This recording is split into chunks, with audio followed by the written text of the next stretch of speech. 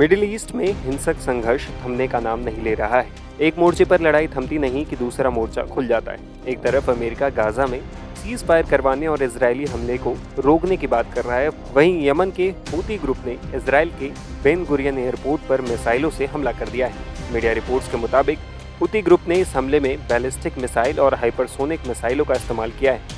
Yemen के Houthi group के सैन्य प्रवक्ता यामाह सरिया ने मंगलवार को दावा किया कि उन्होंने इजरायल के बेन गुरियन एयरपोर्ट को निशाना बनाया है। उन्होंने कहा कि एक हूती ग्रुप के जरिए इजरायल के खिलाफ खास से सैन्य अभियान के तहत यह हमला किया गया है। उन्होंने ये भी दावा किया है कि हूती ग्रुप के जरिए दागे गए मिसाइल ने बेन गुरियन एयरपोर्ट की यातायात बाधित करके लाखों लोगों को बंकरों में छुपने पर मजबूर करके अपना लक्ष्य कामयाबी के साथ हासिल किया है। हमले के वक्त सिर्फ सायरन की आवाज़ आ रही थी और लोगों में अफरा तफरी फैल गया था।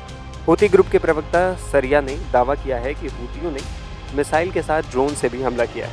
उन्होंने कहा कि ड्रोन हमलों की लहर ने इलाट, तेल अवीव और अश्कलोन में 3 संवेदनशील स्थलों को निशाना बनाया है। सरिया ने कहा कि जब तक इजरायल की तरफ से गाजा में हमला नहीं रुकता है, तब तक हूती ग्रुप फिलिस्तीन के हिमायत में इजरायल के खिलाफ सैन्य अभियान जारी रखेगा।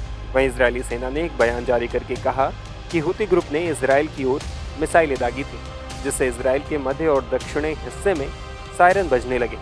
साथ ही इजरायली सेना ने यह दावा किया है कि हूतियों के जरिए दागे गए सभी मिसाइलों को हवा में ही निष्क्रिय कर दिया गया। इजरायली सेना ने कहा है कि हूतियों के इस हमले से किसी भी तरह का नुकसान नहीं हुआ है।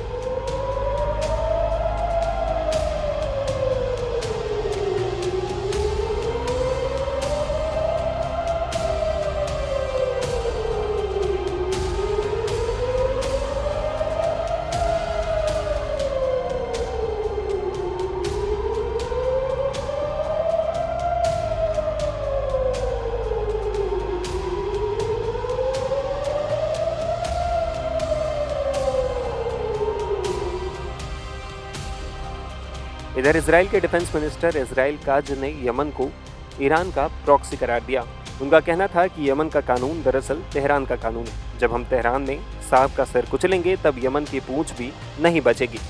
काज का बयान साफ संकेत है कि अब इजराइल सीधे यमन को सैन्य निशाना बना सकता है। वहीं हूती विद्रोहियों के हमले को लेकर इजराइल में अमेरिका के राजदूत माइक हकाबी ने सोशल मीडिया पर तीखा बयान दिया है। उन्होंने लिखा कि हमें लगा था कि मिसाइल हमले रुक गए, लेकिन हूती फिर से सक्रिय हो गए।